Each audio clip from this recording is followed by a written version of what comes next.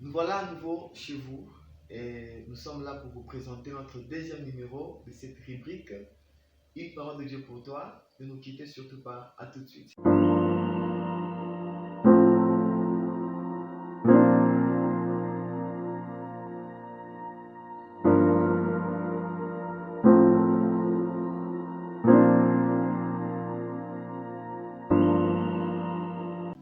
Que le Seigneur vous bénisse parce que vous êtes revenus pour suivre encore ce programme. Aujourd'hui, nous allons avec vous partager un sujet très important. Et c'est ce que vous connaissez, je pense, la compassion. Avez-vous déjà entendu parler? Si, je pense. Mais sinon, la compassion, c'est une pitié qui nous fait partager la douleur des autres. C'est une pitié qui nous met à la place des autres. C'est-à-dire, nous ressentons en nous les douleurs que ressent l'autre qui est à côté, juste à côté de nous. Et nous arrivons, nous, par la compassion, à ressentir cette douleur. Et plusieurs passages dans la Bible vont nous parler de la compassion. Si nous voyons le Nouveau Testament, la Bible va nous montrer à plusieurs reprises combien le Seigneur a eu compassion de la foule. Lisez avec moi Matthieu chapitre 9, le verset 36. La Bible dit: voyant la foule, il fut ému de compassion pour elle parce qu'elle était languissante et abattue, comme des brebis qui n'ont point de berger. Là, c'est Jésus-Christ, notre Seigneur et Sauveur. Il arrive quelque part dans sa coutume d'enseigner la parole de Dieu. Il arrive dans un endroit où il trouve qu'il y avait une grande foule.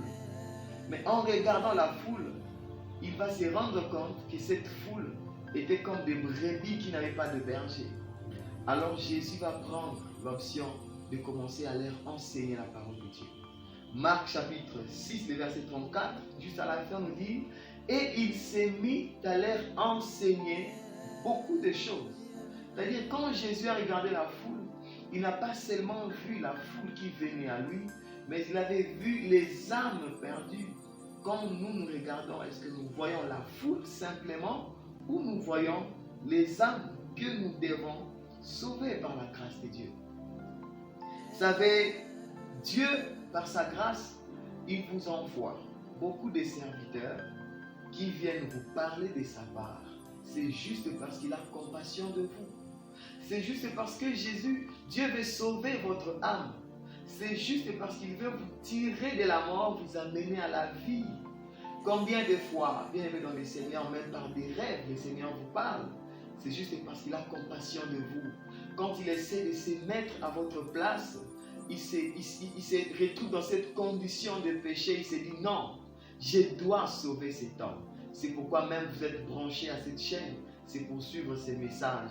C'est la preuve de la compassion de Dieu pour vous. Deuxièmement, Jésus va avoir compassion des malades. Là, c'est dans le livre de Matthieu, chapitre 14, verset 14. La Bible dit: il sortit de la barque, il vit une grande foule et fut ému de compassion pour elle et guérit les malades. C'est-à-dire, le Seigneur ne tient pas seulement compte de notre âme, mais il tient aussi compte de notre corps. Quand nous sommes malades, le Seigneur a cette compassion de venir vers nous pour nous guérir. De la même manière qu'il a fait pour la foule qui le suivait, la foule qui venait à lui peut-être pour manger, peut-être pour avoir des poissons ou du pain, mais le Seigneur voyait leur maladie et le Seigneur les guérissait de leur maladie. Il y a un lépreux qui va s'approcher de lui pour dire: Seigneur, si tu peux me rendre pur. Et la Bible dit dans Marc chapitre 1er, verset 41, Jésus eut compassion de cet homme. Il a tendu sa main sur lui et il le guérit. Il l'a rendu pur par sa grâce. Et troisièmement, Jésus a eu compassion de la foule qui était affamée. Nous allons le trouver dans le livre de Matthieu chapitre 15, verset 32. La Bible dit: Jésus ayant appelé ses disciples, dit: je suis ému de compassion pour cette foule, car voilà 3 jours qu'ils sont près de moi et qu'ils n'ont rien à manger. Je ne veux pas les renvoyer à jeun, de peur que les forces ne leur manquent en chemin. Donc le Seigneur tient aussi compte de votre vie sociale. Il ne tient pas seulement compte de votre âme, moins encore seulement de votre corps, mais aussi de votre vie sociale. Je ne sais pas quelles sont les questions que vous vous posez par rapport à votre vie. Est-ce c'est à manger qui manque? Soit ce sont les habits qui vous manquent. Vous savez, Jésus un jour il va dire à ses disciples, ne vous inquiétez pas de ce que vous mangerez demain ou de ce que vous habillez demain. Parce que le Père qui est dans les cieux, il donnera à ses enfants au bon moment. Alléluia. Alors, ce que Dieu nous demande, nous l'Église, c'est que nous devons suivre l'exemple du Seigneur Jésus.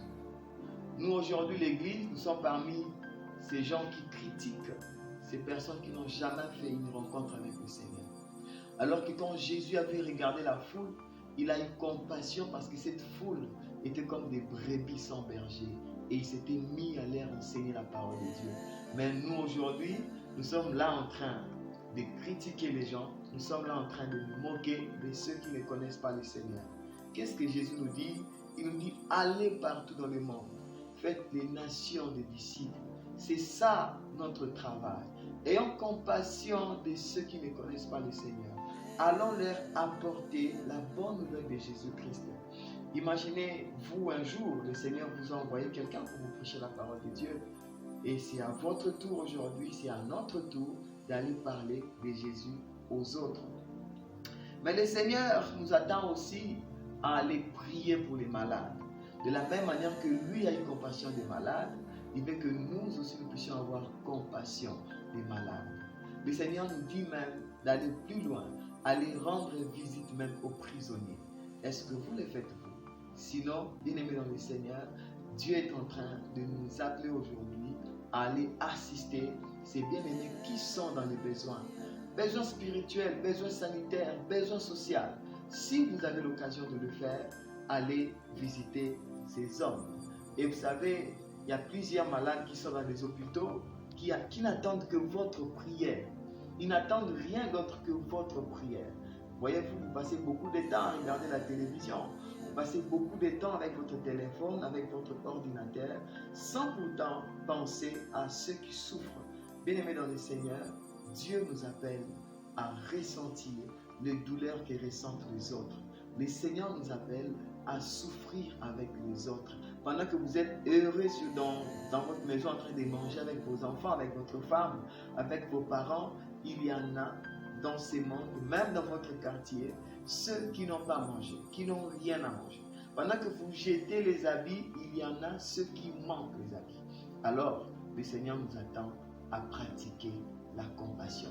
Que le Seigneur vous bénisse. Rendez-vous encore prochainement dans notre chaîne et n'oubliez pas de nous laisser vos commentaires et aussi nous vous demandons si c'est pour vous la première fois de regarder, de suivre notre chaîne, de vous abonner à la chaîne parce que prochainement nous aurons encore d'autres programmes à vous proposer. Que le Seigneur vous bénisse. Au revoir.